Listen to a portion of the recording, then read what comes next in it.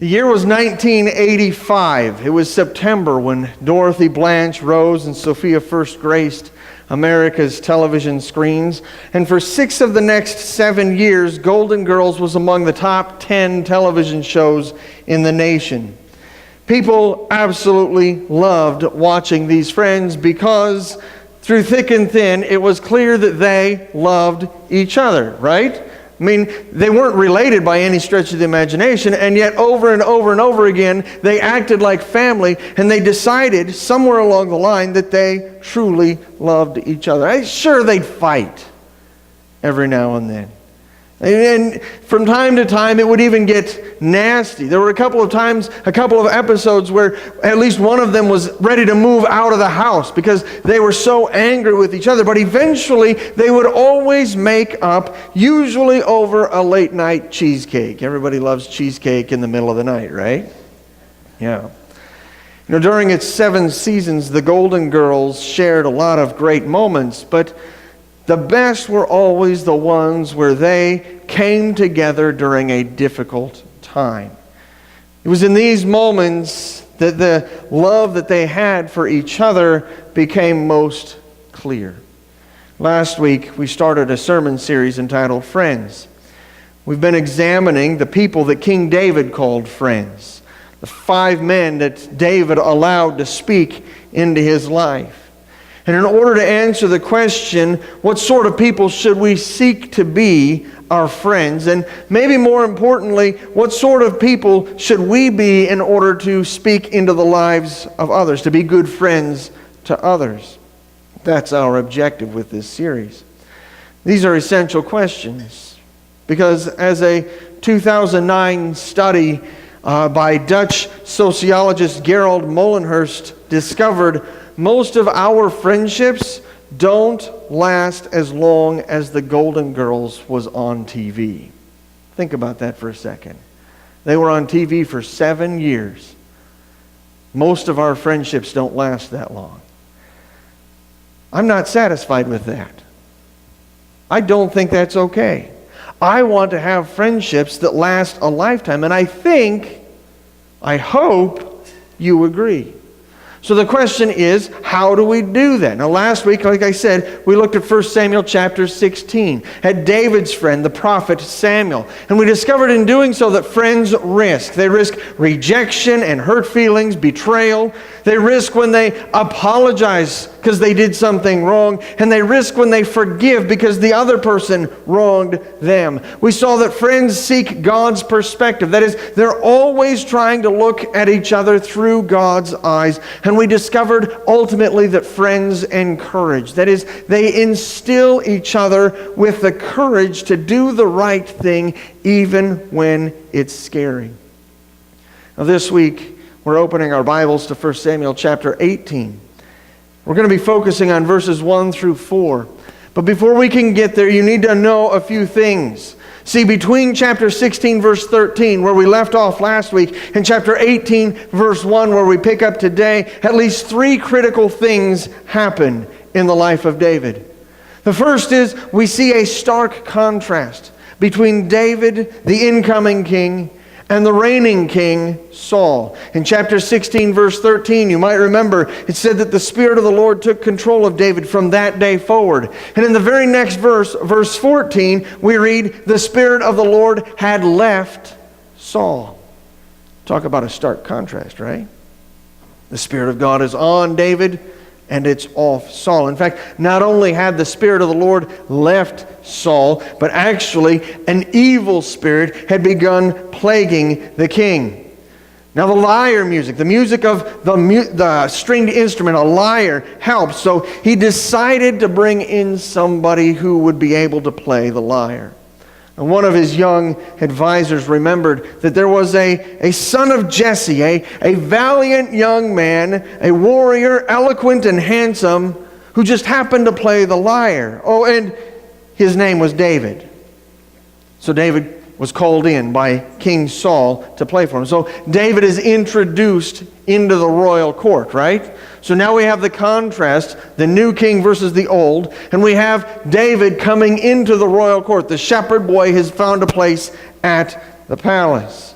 And then in chapter 17, the scene that you probably all remember from David's life, while David was delivering food and other supplies to the Israelite armies, including his brothers, David overheard the Philistine champion Goliath taunting the Israelites. You've probably heard how this story goes. The story of David versus Goliath, the giant. David, of course, ended up slaying the giant, knocked him out with a stone slung from a sling, and then severed his head with his own sword. That's kind of gruesome, I know. I'm sorry about that. When they saw what David had done, in chapter 17, verse 52, the Israelites surged forward and launched a massive offensive. They chased the Philistines back to the entrance of the valley and the gates of Ekron, which is one of the principal cities of the Philistines. And they left Philistine bodies strewn all along the way. It was a glorious victory, all because of King David, or the would-be King David.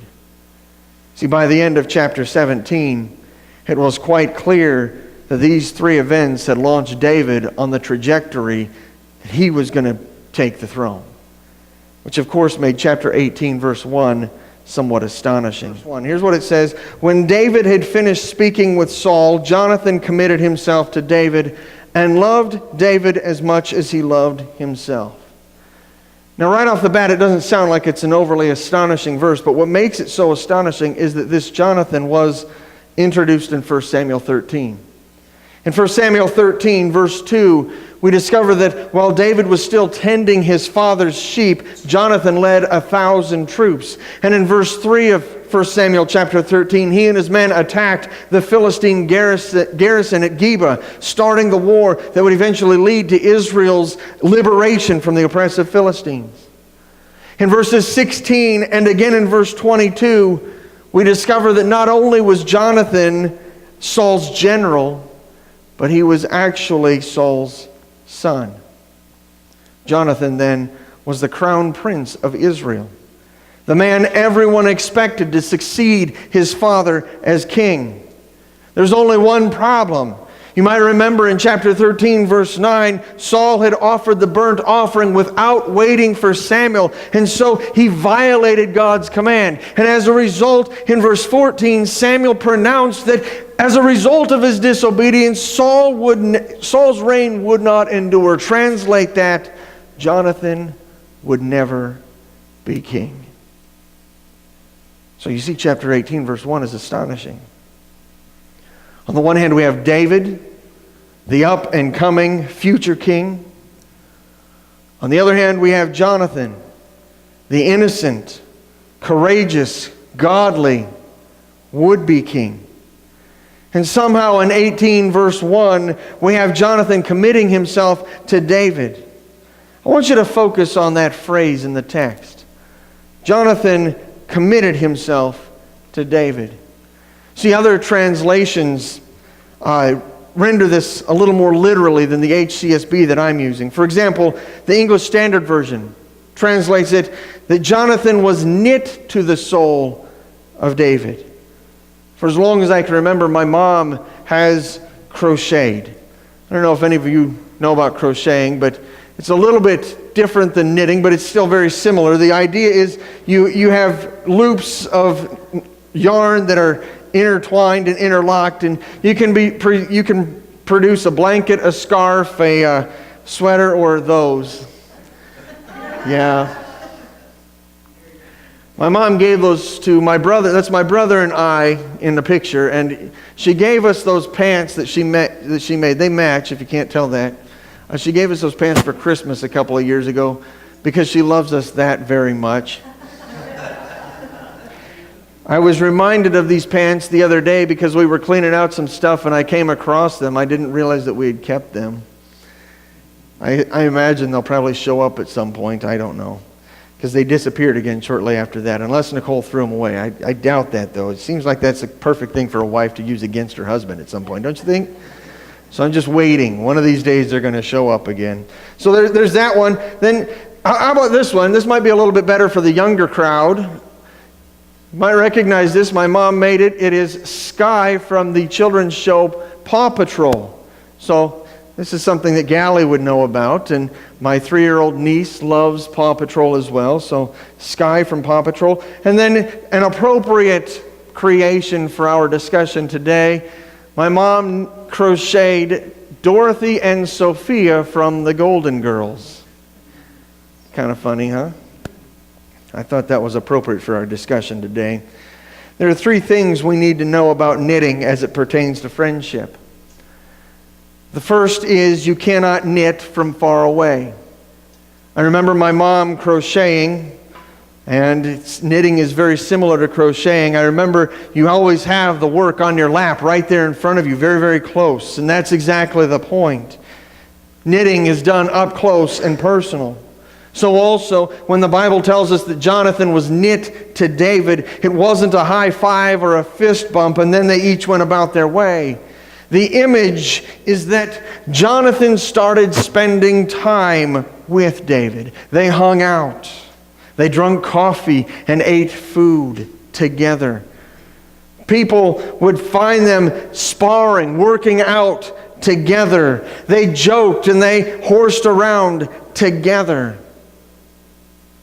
You can't knit from far away, and you can't be a good friend from far away either. Second thing we need to know about knitting is that it takes time. I remember my mom working on projects for days and weeks and even months to get them just right. See, it takes time to knit a sweater or a blanket because you're doing it one stitch at a time. So also, when the Bible tells us that Jonathan and David were knit together, it's telling us in chapter 18, verse 1, that this was just the beginning of their friendship. Their relationship was going to be built over the next days and weeks and months and even years. Thirdly, we need to know that the bond between things which are knit together is incredibly strong. The reason why is actually kind of interesting. See, you're not talking about one little piece of yarn that's connecting 2 different things together. No, you're talking about dozens, hundreds, even thousands of loops interlocking with each other. And the result is that the stress in one area is spread all across the entire garment or whatever it is that you're working with. All the bonds work together so that it stretches rather than tear. So also, when David tells us that Jonathan, or when we read here that Jonathan was knit to David, it's telling us that their bond was unbreakable. And this, my friends, would prove an important thing. See, their relationship would be tested. I'm sure they had a difference of opinion from time to time, right? And that might stretch them a little bit. But there was never any doubt that they were coming back together. They were bonded together, right? Then there was Jonathan's dad. I mean, above and beyond the normal tensions that come with friendships and such like that, Jonathan's dad, Saul, remember he was the current king, and he's trying to prevent David from becoming the future king. So Saul is actually going to try and kill David several times over the next few chapters. Talk about a relational stress, right? I mean, here is Jonathan caught in a tug of war. He is the rope between his dad on one side, who's trying to kill his best friend David on the other. And yet, Jonathan and David's friendship would not be undone. And then there's that last little bit. Jonathan is supposed to be king. That's his job, right? That's his future. He's supposed to take the throne, but David was going to be king instead. You might think this would inspire, competition, you think? Maybe a little bit? Maybe even a little bit of jealousy? I imagine this would have been a real source of tension. But Jonathan and David were knit together. And so the relationship held. And that's the point we have got to see as well. Friends are knit together. They are committed to spending time with one another. They are committed to building their relationship over time. They are bound together despite the stresses, despite the conflicts of life. And I got to say, this is a big deal. I mean, think about the day and age that we live in. The internet has made the world smaller than ever. I mean, we can literally spend time face to face with somebody on the far side of the planet right now. Yet more and more we define friendship by whoever likes our latest Facebook post. Our culture, driven as it is by fast food, broadband internet, and 24-hour news, and of course, triple shots of espresso. We're obsessed with fast. We don't build friendships over years. We have one-night stands with people who don't even know our names. And can we all agree that it's hard to be bound together when unfriending someone is just a click or two away? If we're going to have friendships that last a lifetime, if we're going to have people who speak meaningfully into our lives, and if we're going to speak meaningfully into theirs, we have got to do better. Friends are knit together. But how was this possible? I mean, how could Jonathan be so committed to David that their relationship could endure such stress? I think there's a key, and it's found again in chapter 18, verse 1. Look at it again. It says, when David had finished speaking with Saul, Jonathan committed himself to David and loved him as much as he loved himself.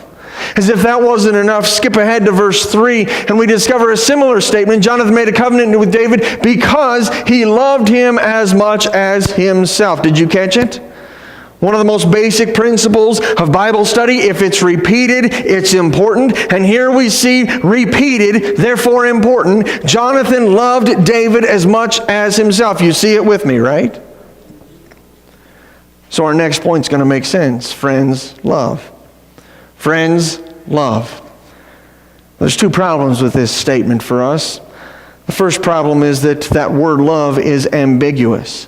Now, if we were in the New Testament times, we would have a little bit of an advantage. The Greek language in which the New Testament was written has 5 or 6 different words that we would translate, sometimes mistakenly, as love. English and Hebrew, which is what the Old Testament was written in, had only one word, right? So this idea of love is a little bit ambiguous. So the good news is, whoever wrote 1 Samuel also gave us some hints as to what this meant. He wanted to make himself clear. And he does this when he adds the phrase, as much as himself. Do you love ice cream as much as you love yourself? Some of you think, well, maybe I love ice cream an awful lot. But as much as you love yourself? Probably not. You're probably not willing to do whatever it takes to make sure that your ice cream stays frozen. You're probably not willing to do whatever it takes to make sure that your ice cream has all of the chocolate chips and syrup that it absolutely has to have. There's a big difference between how we love ice cream and how we love ourselves, right? The idea here is you take care of yourself. You feed, you bathe, you clothe yourself. You never intentionally harm yourself. Every now and then you have an accident, cut your finger, break your leg, that kind of a thing. But overall, you don't try to hurt yourself. That's under normal circumstances, of course. In fact, we will go to incredible lengths to do these things for ourselves, won't we? Absolutely. The author's point is that Jonathan did the same thing for David. He considered David as an extension of himself, and so he was willing to do whatever was necessary to take care of David, to feed, bathe, and clothe David, to avoid hurting David. That's what this love was. Second problem that we have when we say that friends love is, well, how do we get this sort of love? I mean, the way that we use the word, it's kind of scary. A few weeks ago, Nicole and I stopped at an ice cream shop. I don't know about you, but I kind of love ice cream, right? I mean, ice cream is awesome. It has got to be one of the best things that God ever created. It is amazing stuff. Especially if you go to Cold Stone Creamery and you get the chocolate peanut butter fudge mixture all that stuff is amazing. I love that stuff. Nicole thinks it's the mint chocolate chip stuff, but no, it's the peanut butter and fudge stuff that's really the most amazing. Thing is, the other day we were at an ice cream shop, and I was struck by the fact that the lady offered me a sample. She took a little spoon and she scooped it out and she handed it to me and she said, "Here, you want to try it before you buy it? See if you really like it. Is my love for another person contingent on whether I like their personality, their idiosyncrasies? Is my love for another person contingent on whether I like them? Is it more like love at first sight?" We've all heard of this. Maybe some of us have experienced this, you know. You see somebody across the room and you're immediately smitten. I think Adam had this when he first looked upon Eve. He looked upon her and he says, "Bone of my bone, flesh of my flesh." But the way that I always translate it is his jaw dropped and he didn't know what to say. And so the next few words that come out of his mouth are blah, blah, blah, blah, blah, blah. He doesn't have a clue what he's supposed to say. Is it like that? This kind of love where you see somebody and you don't know anything about them other than the fact that, wow, he's a knockout. Wow, she's stunning. And wow, I'm head over heels. Good news, again, the author made sure to make himself clear for us. He did this using two different words. The first one is in verse 1, and it's the word "and." It's not often that we talk about the word "and," but in this case it's kind of significant. See, sometimes the word "and" is just a conjunction, right? It ties two different things together and just says that they were there in the same place. So for instance, I like chocolate and peanut butter. If you couldn't tell from my favorite kind of ice cream just a moment ago. I like chocolate and peanut butter, right? Chocolate and peanut butter are like the greatest combination in the world, I know, so everybody likes chocolate and peanut butter. If you don't like them, then you must be crazy. But in other situations, the word "and" indicates a causal relationship. For instance, we change it from "I like chocolate and peanut butter" to "I like peanut butter because I like chocolate." Now again, that might not make a lot of sense. I mean, chocolate, peanut butter, they're both two of the most amazing things in the whole world. We love them just because they're plain awesome. Unless you're a Cowboys fan, in which case you don't know what awesome is. Or you're weird. But I want you to notice the causal connection in verse 1. It says, Jonathan committed himself to David, and because he was committed, loved him. Did you catch it? Jonathan's love for David was a result of his commitment to David. That is, because he knit himself to David, Jonathan came to love his friend more and more with each passing day. Listen to me, friends. We will never know what real love is until we knit ourselves to our friends as Jonathan knit himself to David. You can't have love without that commitment. The second word I want you to notice is in verse 3. And it's the word because. I know we're getting into really profound words today, and I apologize for that. But the word because here is interesting because once again, it indicates a causal relationship. But I want you to notice in verse 3, the causal relationship is flowing the opposite direction. Here we see Jonathan made a covenant, that is, he committed himself because he loved David. In other words, because Jonathan loved David, he committed himself more and more to David with each passing day. So what you end up with is something of a snowball effect. You ever done a snowball, right? Started out small, put it on the ground, and you start rolling it. And it gets bigger and bigger and bigger every time it goes around, right? Listen to what we've got here. The more we commit, the more we love. The more we love, the more we commit. The more we commit, the more we love. The more we love, the more we commit. You see how it works? Round and round we go. And it makes sense because 1 Peter chapter 4, verse 8. And maintain an intensive love for each other, since love covers a multitude of sins. You see the commitment? Love covers a multitude of sins. It binds us together even when there's stress and tension and conflict in the relationship. Love binds us together. And when we choose to be bound together like that, it can't help but swell our love for each other. And when our love swells, it binds us together even more, and so on and so forth. Peter knew what he was talking about. The question then is, who are we supposed to love? I would like to say we're supposed to love the people that we get along with. Wouldn't that be nice? I mean, that's easy, right? We're supposed to get along with people, and we love the people that we get along with. That'd be awesome. The only problem is Nicole doesn't always get along with me. So does that mean she's supposed to stop loving me? You can't blame her for not getting along with me. I'm kind of a hard-headed punk every now and then, but yeah, that's the problem, isn't it? So who do we love? Fortunately, Jesus gave us a hint.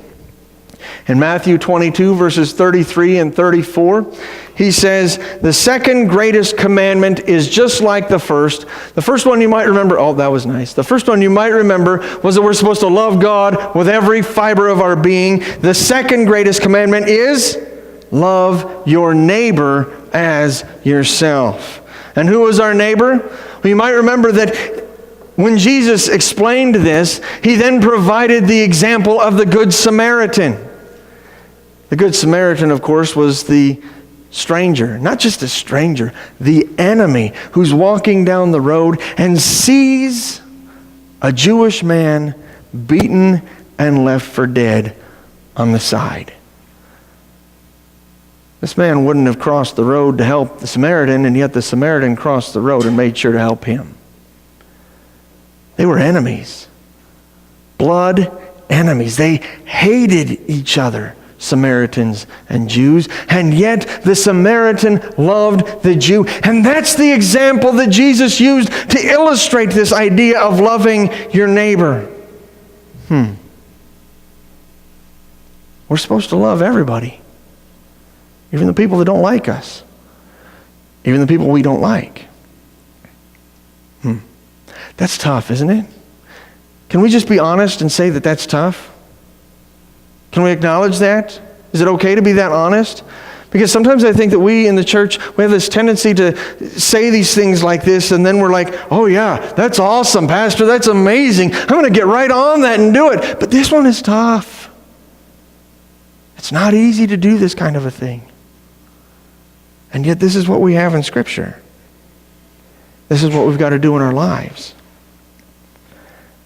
Why? I mean, how important is this? Remember what Jesus told his disciples? John 13, verse 34 and 35. He said, I give you a new commandment, love each other. Just as I have loved you, you also must love one another. By this, all people will know that you are my disciples, if you have love for one another. I want to translate that a little bit differently. If you don't love one another, you're not my disciple. That one stings, doesn't it? I mean, let's be honest about that one, right? That one stings big time, doesn't it? I hate that one because there are people that I like to not love. Cowboys fans. No, in all seriousness, I have a hard time getting along with some people. And it's hard for me to love them. It's hard for me to love drivers when they cut me off on the road. It's hard for me to love the tax man when he comes looking for his money. It's hard for me to love a lot of different people. And yet that's what I'm called to do. Because if I don't, I really don't get to call myself Jesus' disciple. See, my friends love. What does that look like? Well, fortunately for us, 1 Samuel 18 gives us an answer to that question in verse 4. In 1 Samuel 18, verse 4, we read, "Then Jonathan removed the robe he was wearing and gave it to David, along with his military tunic, his sword, his bow, and his belt." I want you to notice the things that Jonathan is giving to David, because these are the kinds of things that nobody else has. In fact, at the end of chapter 17, they make a big point about how nobody else in the army had a sword because the Philistines had taken away all the blacksmiths. They couldn't make swords. Nobody else in all of the army had any sort of weapon because the Philistines had disarmed the Israelites. Nobody else in all of the army had this kind of tunic, an armor, chainmail type thing, or a robe like a king would have, or a prince such as Jonathan is. Nobody has this stuff. And here we have Jonathan. He's got it. He's supposed to be the next king. And he's looking at the man, and something in his gut says that's the next king instead. So Jonathan clings to it all and runs away, right? He says, "This is mine. You can't have this. It's all mine. You can't have anything to do with this. I'm the prince. I'm going to be the king." And he runs away from David, and they never speak again. No. By giving all of this stuff to David, Jonathan was exhibiting a number of key traits. Decisions, really, is what they are. He was exhibiting trust. By taking off his sword and handing it to David, he was saying, "You know what? I am defenseless." By taking off his military tunic, his armor, and handing it to David, he's saying, "There's no way I can protect myself." By handing his coat and his bow and his belt and everything he had to David, he's putting his life quite literally in David's hands. He's saying, "I trust you, David." That's tough, isn't it? Because, and let's be honest here again, right? People have a tendency to violate our trust, right? They say something, they do something, they're mean to us in some way, and it violates our trust. It gives us cause to wonder, can we really put our lives in their hands?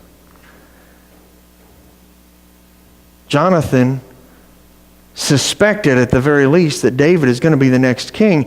And if David's going to be the next king, then there's one person, two people actually standing between him and the throne. And that's, of course, Saul and, oh, that's right, Jonathan. How's David going to get to be king except if Jonathan dies? The question now becomes, will David be the instrument of Jonathan's death? Jonathan bets his life that it won't be so.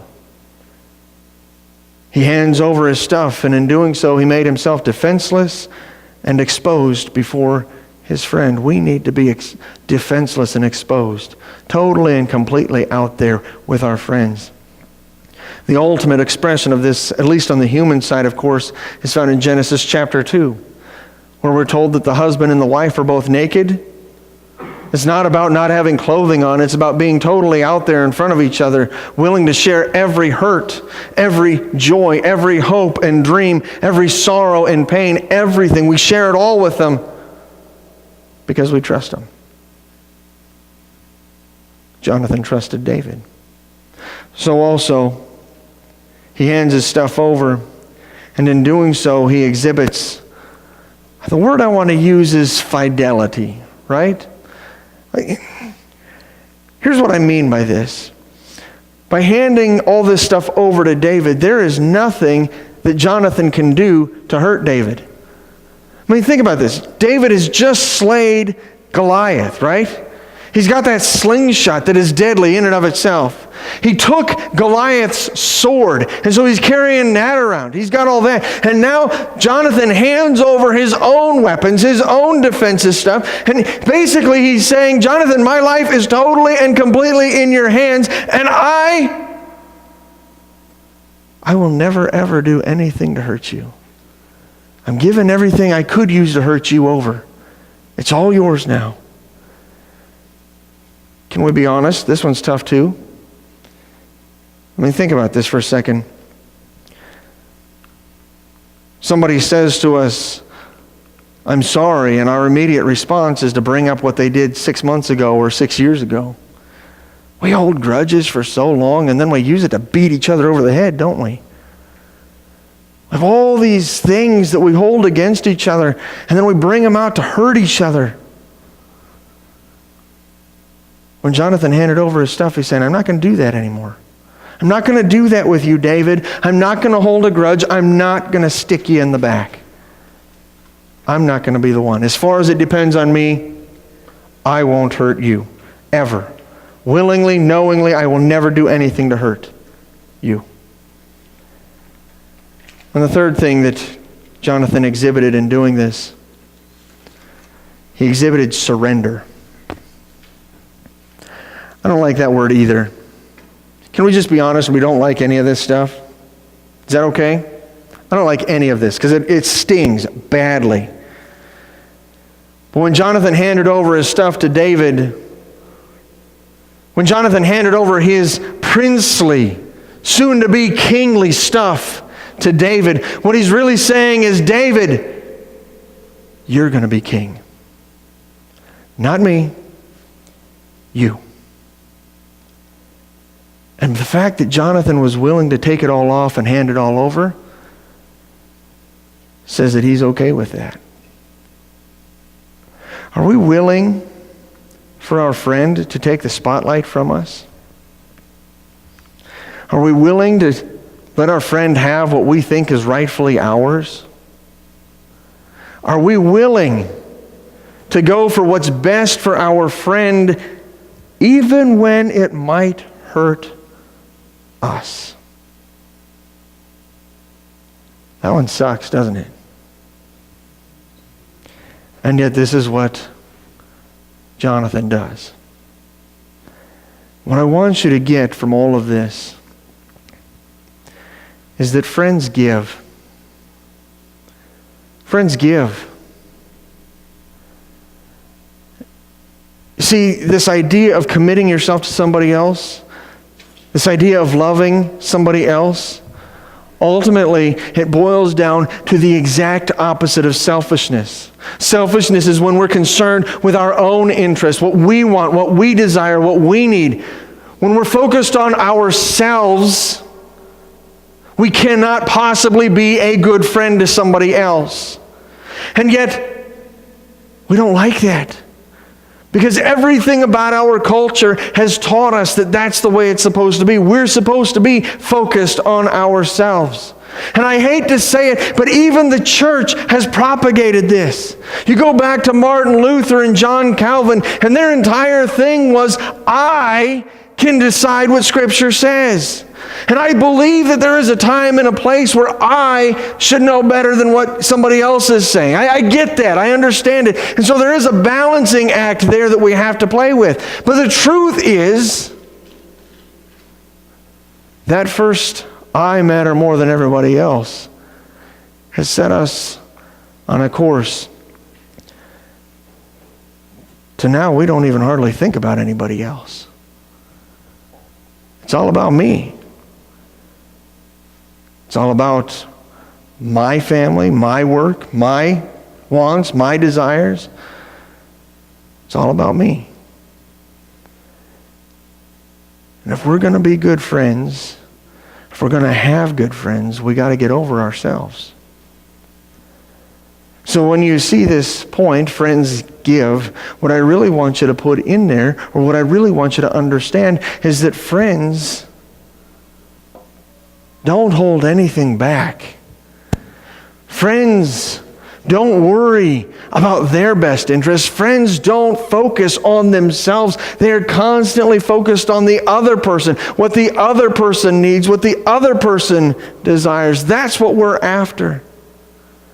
And sometimes people, being people, we don't want the best thing. And so in those moments, we got to decide, we got to go after what's best for that person. And that's hard too sometimes.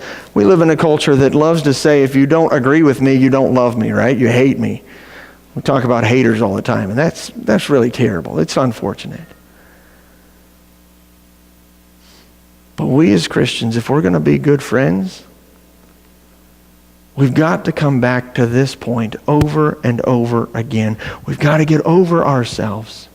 Because ultimately, bottom line is, friends are committed to each other in love. And because they love, they will never be selfish. That's the whole thing, isn't it? I don't know about you, but this message is a little challenging to me.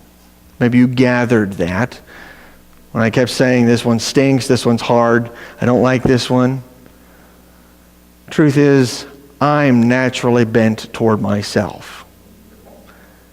I suspect that if we think about it, we're all naturally bent toward ourselves. If we're going to be honest, right? That's why it's important that we help each other. That's why it's important that we encourage each other. That's why it's important that when we see somebody, when you see me being selfish, I'm not going to say smack me upside the head with a 2x4, but call me out at the very least, okay? And I promise I'll do the same thing for you. And you know what's funny about that? Just that one simple act, watching out for the next person, isn't that exactly what the whole point of this is? My friends, would you go from this place and be like Jonathan? Committed, loving, giving. Would you pray with me? Thank you, Jesus, for a challenging word today. I'm the first one to admit that I do not like messages like this because I feel like my toes have been stepped on, and honestly I come out of them a little bit blackened. Not okay. And yet so very, very important. Today, Lord, I ask that you would help me. Help me to be committed to the people around me. Help me to love as I love myself. Help me, Lord, to give. And in so doing, to demonstrate vulnerability and trust and commitment and all the rest.